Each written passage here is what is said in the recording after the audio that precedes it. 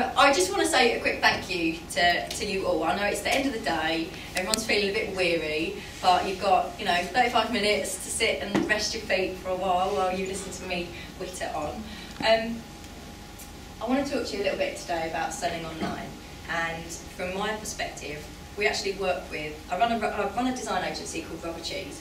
We work with a lot of retail industry clients, and that can be anything from branding, signage, point of sale for a physical retail store, or on the flip side, actually designing and setting up e-commerce stores for people that want to trade online. Now, my company's been around for about 10 years now, and 8 years ago, something that you won't know is RubberCheese actually set up their own online shop. At the time, we designed what we thought was some quite nice t-shirt designs. We had an old screen printer, and we used to basically sell them to friends and family. We thought, oh, we can do this, everyone's selling online now, why don't we set up a shop? That would be a good idea. Yeah. So 8 years later, the reason that you're not all sitting around in RubberCheese t-shirts rather than a Nike t-shirt, say, is because it went abysmally wrong. It was a complete and utter disaster from start to finish. Had I followed some of the steps that we're going to go through today, it would have been a lot more successful than it was. So I would just want to impart to you that I've made mistakes, and I've been through this process myself, so hopefully I'm speaking and giving you some advice from experience as well. Now, I've pulled out 6 things that I feel are really important about the online process. Now, a lot of these are pre-processed, so things to think about before you set up online, but are really, really vital if you're going to go and have a conversation with a developer or in a design agency about what you want to do. So the 6 things that I've pulled out today. One is about pre-planning and setting really clear objectives for what you want to achieve with your site. Finding the right supplier, because not everybody's going to be the right fit for you. Accepting payments online. It's a bit of a minefield. What's going to be the best way for you? There's lots of different options. And then again, finding the right e-commerce platform. Again, minefield. So many different ones to choose from. How do you know if you're going to get the right one, if it's going to be cost effective for you? Then we'll look at design and usability, and once you've got your site, you need an online marketing strategy. So they're the 6 steps that I'm going to go through with you today. It's a really small group, so if anybody has got any questions along the way, please just whack your hands up. If not, what we will do is just do a little bit of Q&A at the end if you've got anything that you want to ask me specifically. Alex from Silverisland TV is at the back of the room today. He's very, very kindly filming us. Can I ask you all a little favour? Would you all just turn around and give Alex a little bit of a thumbs up? Brilliant. That's it, I love you. Great. Let's get started. So we haven't got a lot of time today. If I could give you one key piece of advice about selling online, it would be to do your pre-planning in advance. We speak to a lot of people that want to sell online. It's anything from one digital product up to a client who wants to sell 10,000 dental items. That's the sort of scale of the projects that we can work on. When we first meet with them, we ask a lot of questions, and a lot of the time, people don't always come equipped with all of the answers. So, for instance, what is it exactly that you're selling is a really useful question. And how about, is it a new product? So is it something that you have experience of selling before? Is it a completely new market for you? Is it a new product itself? Is it a new invention? How many of them are you going to sell? How much? And also in how many colours and sizes? Which might seem slightly, oh well, I'm going to have a few, I might have some green ones, I might have some red ones. But actually that's really important for us to then understand what system we're going to use for you, because not all the systems will allow you to have that choice. So it might be that you get asked 1,000,001 questions and you feel a bit baffled by it, but for us, we're asking all the questions for the right reason, to be able to find you the right e-commerce platform. You need to think about how you're going to deliver items. What happens if somebody receives an item that's faulty? How are they going to get it back to you? How's your customer service process going to work? Terms and conditions, all of the legalities of selling online. But I think really most importantly is how are you going to gauge the success of the site? Once you've set out to sell online, what's going to be the success for you? Is it, okay, between now and next Christmas I want to sell 50,000 items? Or is it, okay, well, between now and Christmas I've got 12 months, sorry, next Christmas, 12 months, and I want to progress, increase my turnover or sales each month by 10%. So it's going to be a steady increase along the year. It doesn't matter what the success is, it doesn't matter how you gauge it, but it's really important to define that at the start so that the company that you're working with knows that they've actually done what you wanted, they've achieved that for you.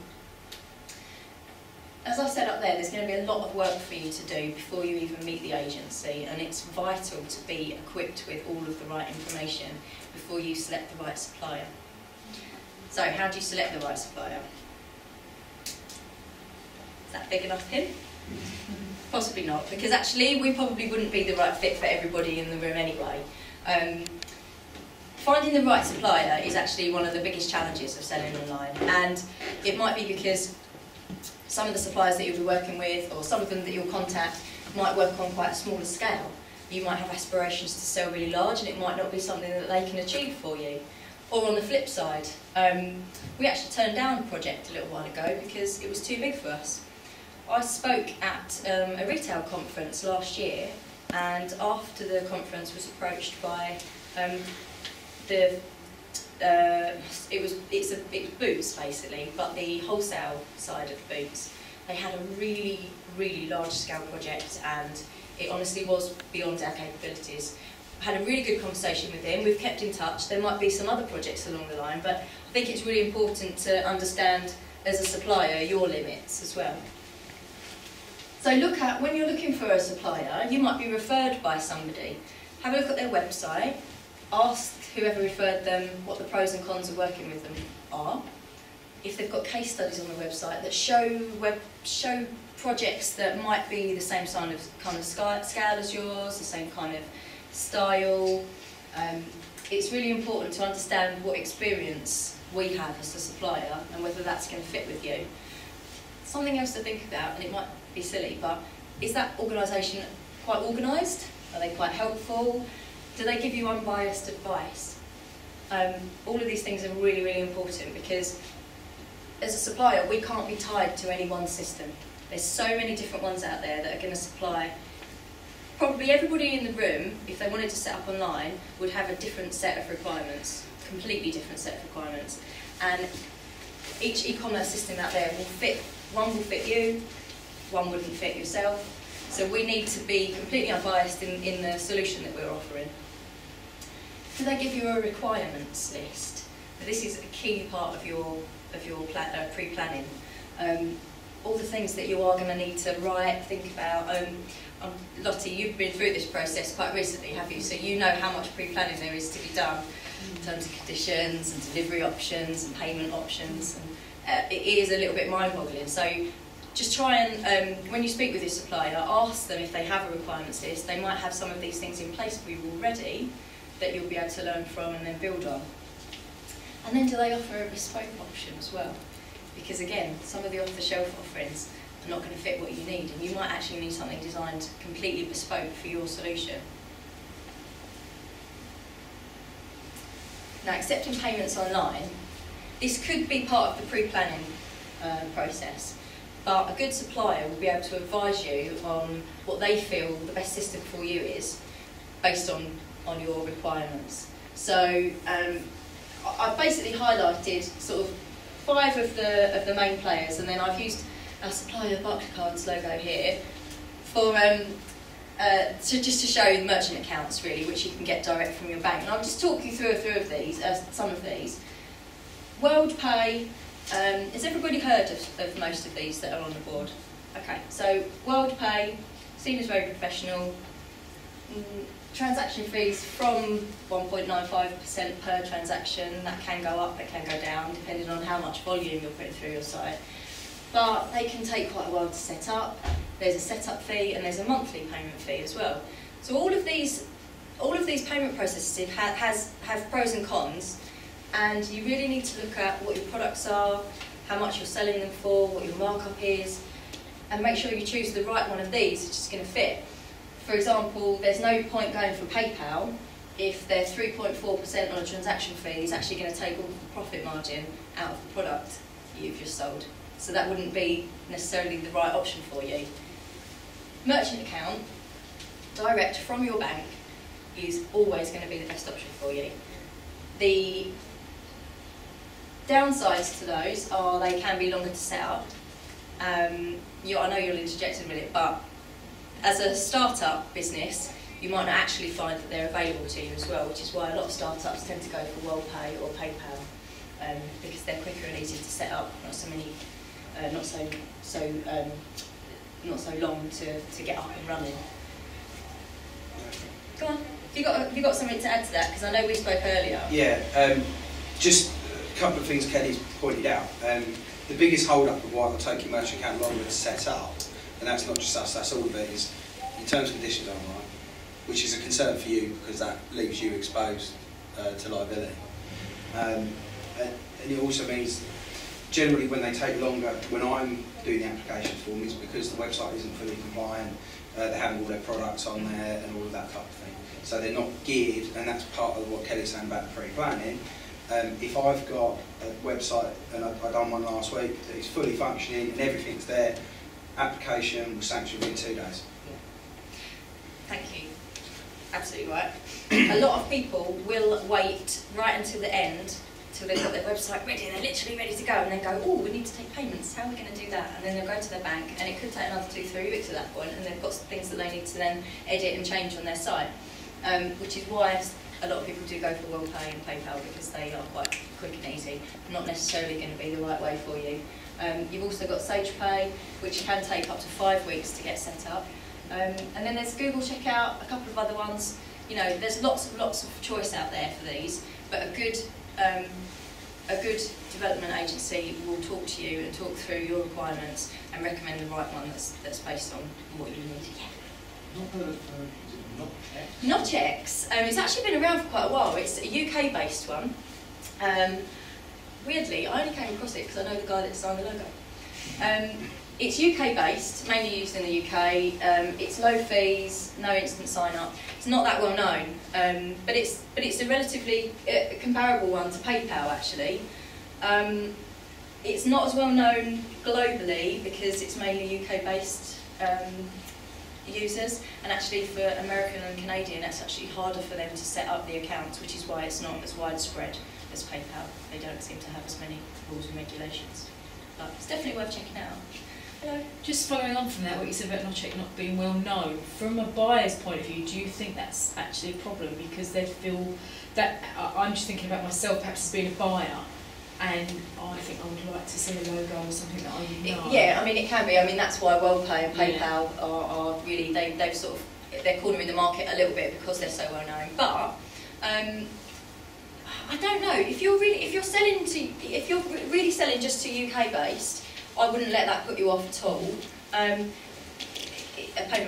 payment process is a payment process. I've used plenty that aren't WorldPay or PayPal based or Google Checkout based, and I've had absolutely zero problems. But again, if you've got concerns about that, you'd have to weigh up which one was going to be best for you in the long term, and whether you thought that your customers might be put off by that or not. But again, it's perception of security, isn't it? It is, yeah, it is.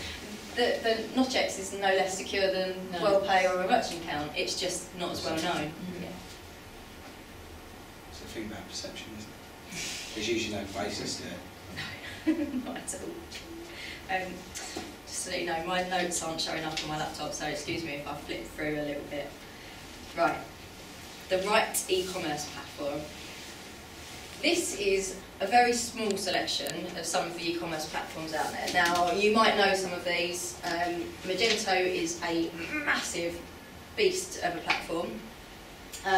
You've got Shopify, PrestaShop, and then you've got some of the smaller ones like Xcart, and you've got OS Commerce, which is an open source one. There are literally hundreds. This is a really, really small selection. And each of them have pros and cons, depending on what you need. There's one that I've actually left off here that I thought about last night. Who's got an eBay account? Anyone got an eBay account? Yeah, most people? So all of you actually sell online without even really thinking about it. eBay is one of those, again, very quick and easy to set up. They take higher transaction fees, but you can be up and running online instantly, and people do sell really well for it. I haven't put it on here purposefully because for most of my clients would maybe have that as a side, and it wouldn't be their main focus, but they might have, example, I'm working with a company at the moment who sells diamonds online, weirdly, and they actually sell quite a lot on eBay, but it's not something that really fits that well with their offering, so they don't highlight the fact on their website. But a lot of people do sell things, you know, on the side on there. Again, there's a perception thing. Yeah. It's seen as a bit down market, yeah. Or like backstreet sellers, you know, sell from your bedroom kind of thing. Yeah, absolutely. Which is fine to sell from your bedroom, but people don't need to know that. I used to work from my bedroom. People didn't need to know that either. What I've done here is just pull out a few of the platforms from the slide previously, and highlighted why these ones in particular might be good for you. So remember earlier I suggested that the product that you're about to sell might be a new product. You're not sure how it's going to be taken in the market. You might not know the market whatsoever. You might not have any knowledge about it. You know, it's like, oh, just think this is amazing, I'm going to sell this. Well, if that's the case for you, then there's a couple of e-commerce platforms. One's Super Duper and one's Shopify. These are absolutely great if you want to set up really quick and easy. They're low cost. Shopify has a very small pay monthly option on one of them, and Super Duper actually has a pay monthly option that doesn't take any transaction fees. If you've got something new that you want to bring to the market, you don't want to introduce it. You want to introduce it relatively slowly. You don't want to invest a hell of a lot of money. You could try out 1 or 2 products on a store like that at a very low cost. And get set up really, really quickly. Had these been around when we decided to set up our t-shirt shop, they would have been perfect for us, because it would have been 20 quid a month, try it out, see how many sell 20 t-shirts. Well, that's kind of worth doing, isn't it? Yeah, it wasn't. You might actually be selling digital downloads. It might not be a physical product that you're selling, and in that case, something like eJunkie would be a different e-commerce, a better e-commerce platform for you. It's set up to sell 1 or 2 products on a site. It's very simple. There's no transaction fees whatsoever, but it includes a lot of digital encryption. So if you're selling, maybe ebooks or MP3s or digital downloads, those kind of things that you want to encrypt so people can't then share them afterwards, that would be a really good option for you. And then you come to the really complex systems, which again, I'm assuming people might have heard of Magento or PrestaShop. Magento is what a lot of the very large scale e-commerce sites are run off of at the moment. Anything from restaurants to retail to shoe shops, Topshop, all those kind of sites would use something like this. It's a really big system. It's used if you need things like multi-currency, multi-language, lots of third-party integration, but multiple product attributes as well. So again, we said about an item. So you're selling, a toothbrush, but you've got 4 different size heads, all in 6 different colours. That's a lot of product attributes, and a system like that would be able to cope with it a hell of a lot better than one of the Super Dupers. I've just set up on Shopify. Have you? Little point that Shopify you can do just that. You can do the multi-currency. Variables. So multi-currency is multi-product. So different colours of t-shirts or different sizes of t-shirts. Oh, you can do that. You can set it all up through Shopify. Well, thank you for sharing that, because you learn something new every day. I didn't know that you were able to do that now. Right, well there you go. Super Duper might be a slightly better option for some people that I'm talking to right at this minute. Just moving on, design and usability are going to be a really key thing for you when you set up a store. When you're speaking to the right supplier, I would always advise finding out if they use wireframes. A wireframe this is an example of a wireframe. It's a black and white, could be a hand-drawn sketch, could be, this is a little bit more detailed, it's been done in Illustrator. But it shows you the structure of the site, it shows you where things are going to be placed on the page, so things like, where's my shopping basket going to be, where's my special offers panel going to be, where's my latest offers going to be. The reason that we advocate using wireframes is they're really, really quick and easy to change. So for example, if you want to change the placement of a certain item, changing it on this is a 2-minute job, changing it on a Photoshop file, 15-minute job. So we always go through this process and make sure we get sign-off from our clients before we go ahead with any creative work, so that we can all agree on the structure. These are also used for the development team, so they can see how we are planning to design the page and where they need to build in certain functionality. There might be an area on your site where you want to capture data, so capturing email addresses to then do ongoing email marketing. Development team needs to know where that's going to plug in and how that's going to work, and how your client is going to flow through your site. So from finding your homepage to then actually purchasing a product, how many pages do you have to go through, how many clicks do you have to go through to get there. This is why those wireframes are so absolutely vital for that process. And then when you're making your choice about a supplier, if you'd have had a look on their website, you'll see some of the scale of the projects that they've worked on, and you'll be able to look at the designs that they provide. Do you think that they fit really well with your style? Are they doing things in a best practice way? And what I mean by that is, there's a certain way to lay out an e-commerce store. It might seem a bit boring, it might be a bit standard, but we all know when we go to buy things from a store, we know what we're expecting to see when we get to the homepage. So, you know, Lottie, an advertising panel at the top, maybe some special offers on the homepage. You'll know where the basket's going to be positioned, you know, top right-hand corner. All those things are kind of where they should be. It leaves you a little bit less flexibility for design, but it's really important for usability that those items are in those positions, because it's where people expect to find them. If you start changing those around, people are going to get a little bit confused, going to slow up on using your site, and then they might just shut it down altogether and go somewhere else. So that's really, really important. Clear navigation, so you can understand where you are. Breadcrumb trails, which is, this is the start of a little breadcrumb trail, and as you go deeper and deeper into the site, you can see where you're going. All of those things are really vital for an e-commerce store, as well as really clear pricing. You need to think about photography as well. If you're selling products online, it's really vital to have very clear photography. People want to see nice pictures, they want to see what it's going to look like before they buy it. Very bright, very clean. The option to be able to zoom into stuff. If you're selling fabrics or clothing of any sort, people might want to be able to see, you know, get really close up to that almost so they can feel it. And then a really, really simple add to basket, so it's really clear that this is how you buy this product. That's the one message that the design has to scream at people. And then the last point really is, once you've got your site, you've been through all this process, you've got your site, it's up and running, and now you need people to visit it. You can't just have an e-commerce store and expect people to find you online. It's just not going to happen.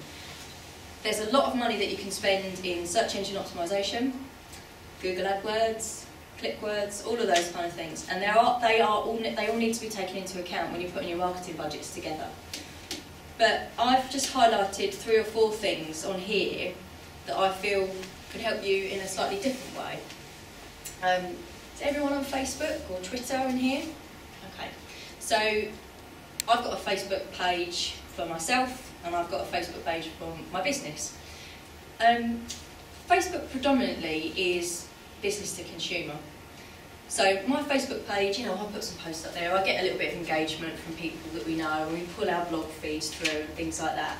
But it's the business to consumer organisations that do a lot better on Facebook. You can do very, very targeted advertising on Facebook, which can be expensive, but you can trial it for short periods of time. You can run apps, you can encourage product sharing. So on your site design, on each product page, if you have a share to Facebook, if I've chosen to purchase that item, I can then share that straight onto my Facebook page and say, oh look what I just bought, this is amazing, I just bought one of Lottie's hampers. Everyone else buy them. And then that helps to sort of socially share your products. And it doesn't cost you anything, which is nice.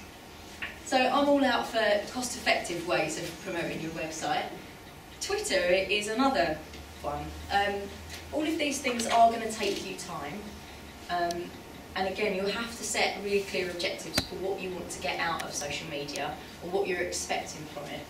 but you can run promotions that are specifically for your Facebook followers and your Twitter followers. So they get special offers for following you. I've moved to Cambridge recently, and I've just started following a couple of restaurants that I quite like the look of, following their Twitter feeds. And I've noticed that one of them, a Mexican, every Tuesday tweets a Tuesday offer. I'm certainly going in there in a couple of Tuesdays' time because the offers are really good value, but they only go out on Twitter. So if you're not following them, you're not going to get that deal for the day. You can do exactly the same thing with an e-commerce store. Pick a specific day, send out a product, any Twitter follower gets 20% off that product for the day, whatever it may be. Again, it's engaging with your customers, and it's a really, really great tool for customer service. You can send out, I know a school that's using Twitter for sending out service updates if it's really bad weather, or if something's happened, or if the school needs to be closed for the day. Has anyone heard of Pinterest, or is using Pinterest? Yeah? Okay, Pinterest is a relatively new one. We started using it about 1.5 years ago to, it's like an online scrapbook really, so my designers find stuff that they like, oh we like the style of that, or well, the style of that would work well for a client, and they just squirrel stuff away up there. Interestingly, people have actually started using it who have got e-commerce stores, and I think this is really interesting. Shopify ran a little survey a little while ago, and said that the referral traffic from Pinterest to Shopify is now equal to traffic from Twitter. And if you compare the users for that, that's really quite impressive. So people who've got an online e-commerce store are now posting their images of their products up onto Pinterest. People are pinning them, so they're being shared globally, and they're getting orders from all over the world. So that's something else to think about. Can I just ask a quick question? Yeah. Because I've been people have told me about Pinterest and we put it on the side, but I'm really unsure about how to use it. I know that sounds really silly, but Facebook and Twitter I can get my head around. The concept of it. But I don't know how you would go about, say we wanted to put one of our hampers on it to show people. How do you do you have to get people to follow you on Pinterest, or how does it work? It's the easiest way that I would say to describe it is it's an online scrapbook.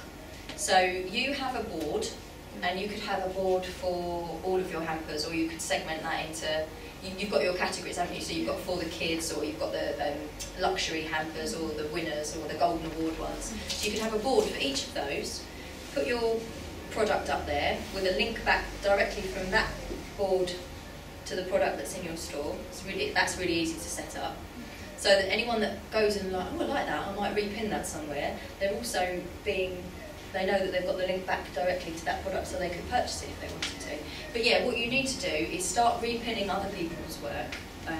It could be, doesn't necessarily have to be hampers, because you don't really want to be repinning your competitors, but it could be things like food products. You might have this is a cool food product board, or really lovely packaging that you like, because I know you're quite style conscious as well. So just things that would link with your products, but wouldn't necessarily compete with them.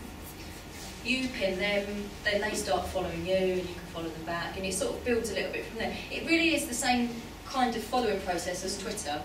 You tweet something out, someone likes it, they follow you, you might follow them back, and it sort of spirals a little bit.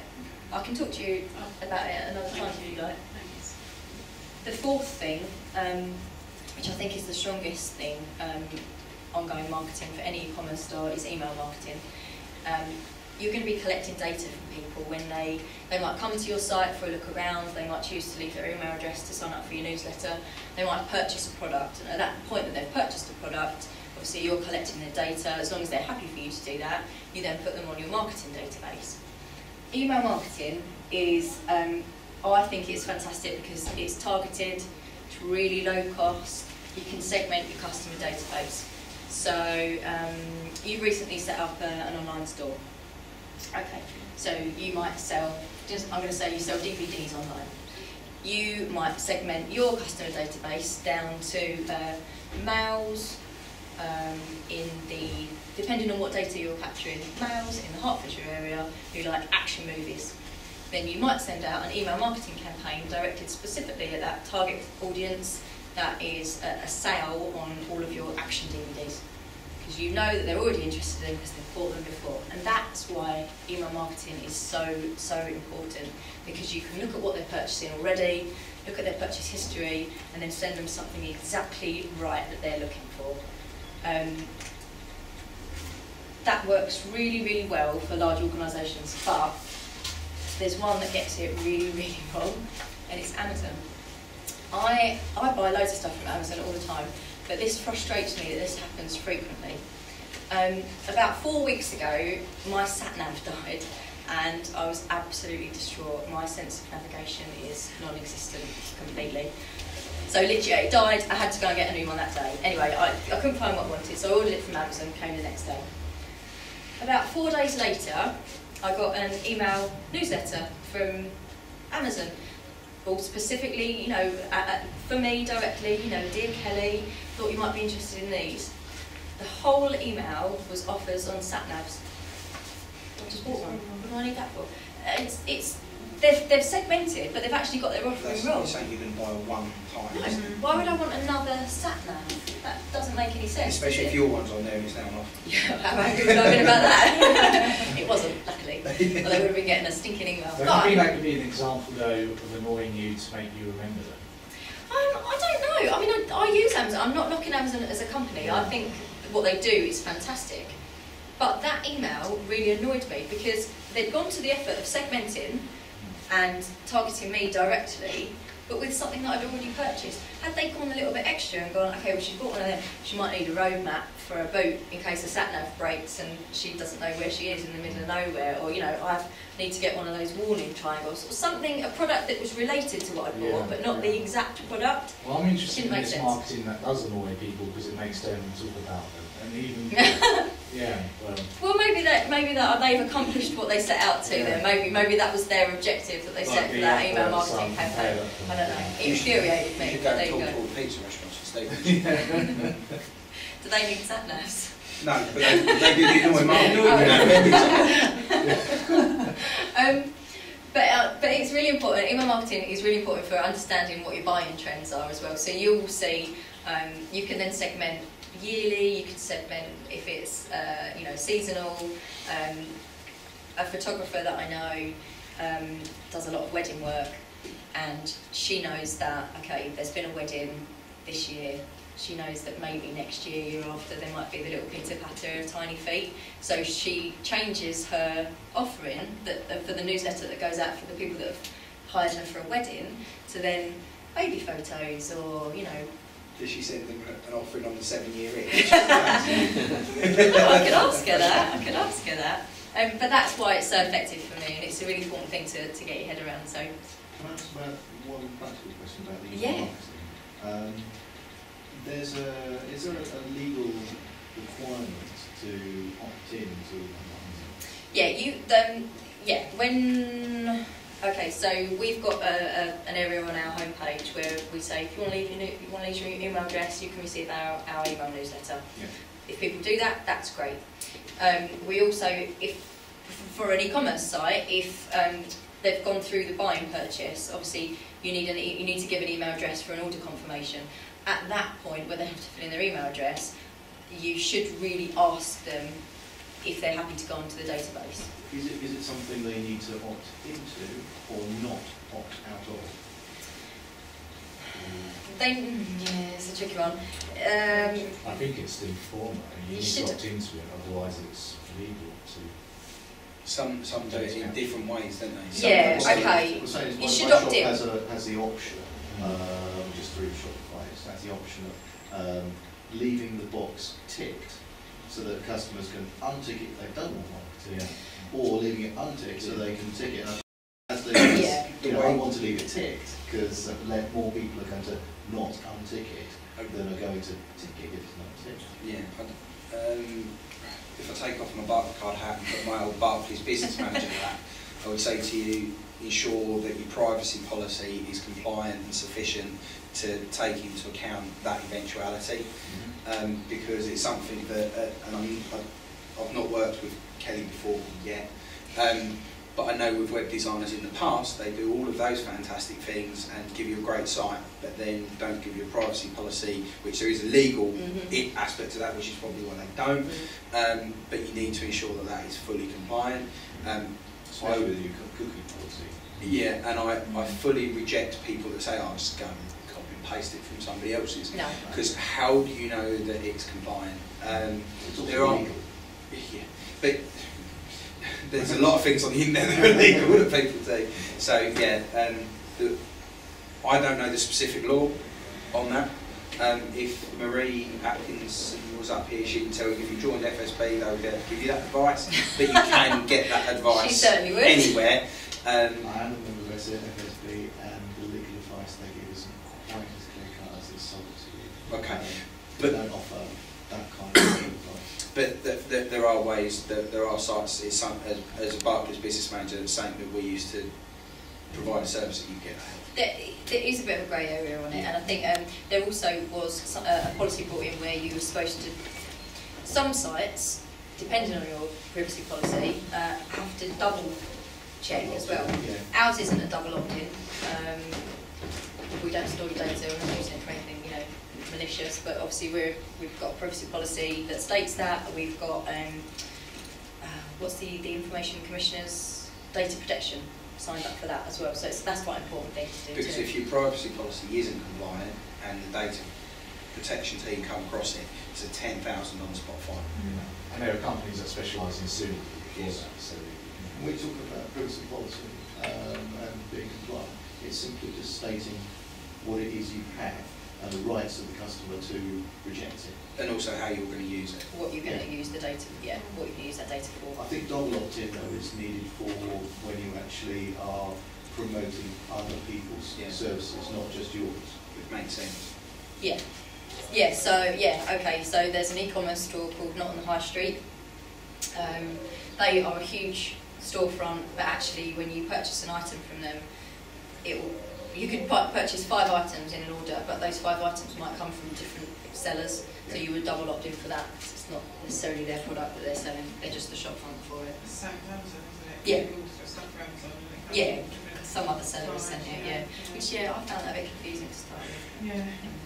So, But you know, sorry. no No, problem. I was going to start a conversation about Amazon all right. Natural. But, I mean, Let's save that for the end. also We're got nearly that there, don't worry. option, haven't you, on the bottom of emails that you can just put your unsubscribe link. Yeah, you can, and all email marketing has to go out with that as well. That's a legal requirement. Mm. Yeah, it's a must. Thank you for your time. I'm just going to sum up quickly. So the 6 things that are important that we've covered today: pre-planning and objectives. It's so important to understand what it is you want to achieve, what it is you're selling. Do you know that product particularly well? Because all of these questions are going to affect later on the right platform. Finding a supplier, ask for referrals, ask for recommendations, check their experience, make sure they work on the scale of projects that you're talking about to them. If you're looking to sell sort of 3 or 4 products online, talking to an organisation that specialises in 10,000 product e-commerce stores, maybe not quite the right one for you, but they might be able to recommend one that is. Accepted payments online, as I showed you, there's a lot of choice. Make sure you know your products, your margins, and really how much you can afford to spend each month if you need to set up ones that take a monthly payment. The right e-commerce platform, once you've found the right supplier, they will be able to advise you on this based on your requirements. Make sure you're looking for design and usability, that they're doing things in the right way, that you like their style, it's clean and clear, consistent, and they're giving you advice about photography. And then look at your online marketing strategy. Once that website's online, you really want people to be finding you and spreading the word about it as best as you can. I really hope that's helped today. If anyone's got any questions at all, feel free to fire them. No? If you are retailing online as well as the PCI DSS stuff, which is protecting data protection. If you're using a gateway like SagePay or that, just ensure that they cover you for that as well. Just to throw into, and I'm not going to do a sales pitch, it's fine, but we do a pay-as-you-go payment gateway as well. So you can get all the functionality for payment gateway without a monthly commitment. Which will be a lot quicker to set up as from a merchant account. Well, the merchant, to be honest, there's not too much different. But like what Kelly was saying, is that a lot of the other merchant providers, because the thing is, you take the risk of a new business and you add in an internet retailer. And unfortunately there are other dishonest people out there that will start up a business, sell stuff online, never have a product to sell, and then disappear with the money. So that's where the risk comes into it, to the bank, if you like. So a lot of the merchant banks won't give you a payment facility, so you start with PayPal and prove yourself. What we will do is look at that, assess the risk, and maybe give you a payment facility with some conditions to it. But because you haven't got that monthly commitment, they can be a bit easier to understand. But then if the business grows the way you want it to, and then you want to have a look at your costs again, you can switch straight back onto standard pricing and pay that monthly commitment and lower your transactional costs. I had that problem with SageMaker because I wanted to have everything in-house with the payment processing of the merchant account, but the company they use as their merchant account provider wouldn't work with me. I think they were It's an American act. Because